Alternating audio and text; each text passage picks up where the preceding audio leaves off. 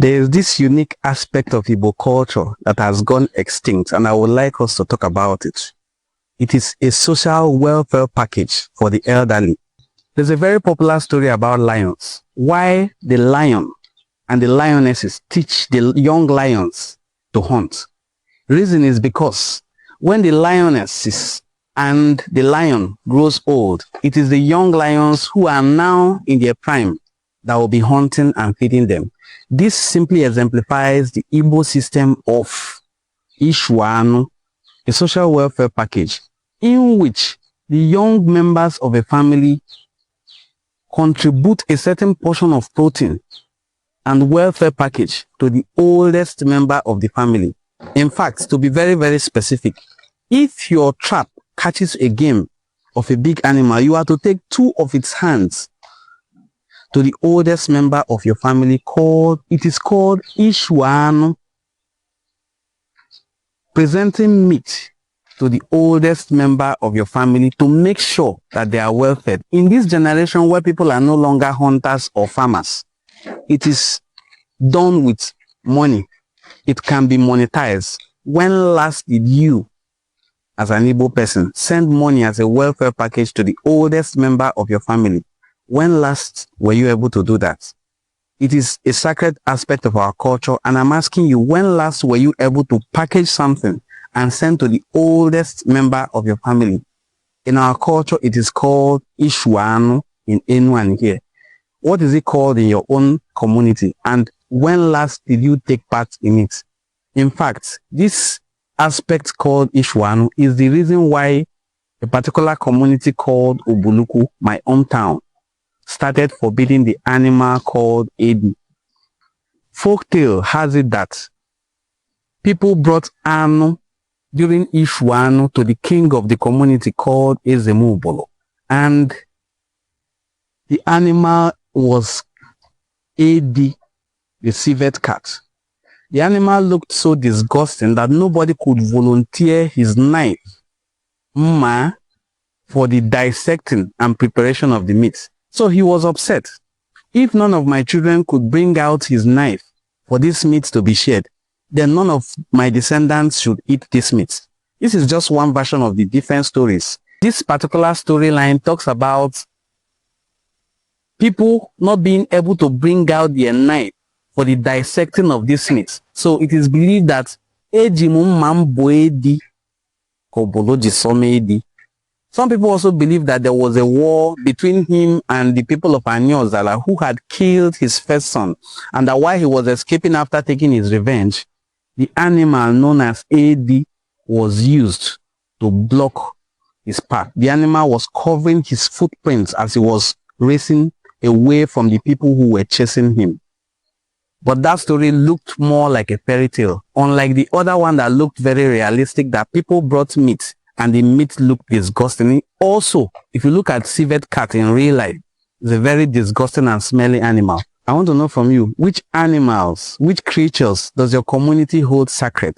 This creature can even be a tree. For instance, in Asaba, they forbid the consumption of abono, or bono as some people may also call it, for a very cogent reason. They have a story behind it, which I will tell you some other day. And also in Okpanam, they are seen to eat sheep, but they do not eat ram. They do not eat ram. We are looking at various animals, creatures, not just animals, and why they serve as totem in different communities. And I'm going to ask you, what is your community's totem? Do you even know? What does your community forbid? What do they hold as totem? What animal, what plant do they hold as sacred? And why? Do you know why?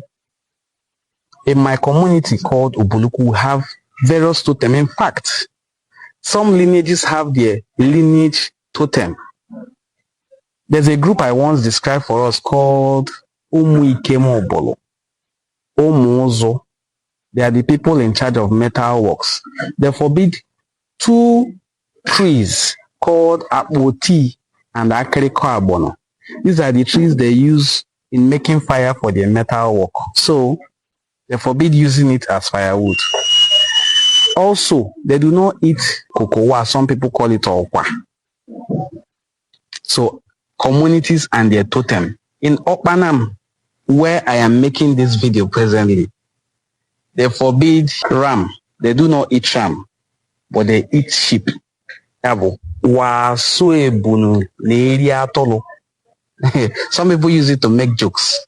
Because for them, they feel there's no difference between a bulu and atolo. But that is culture for you.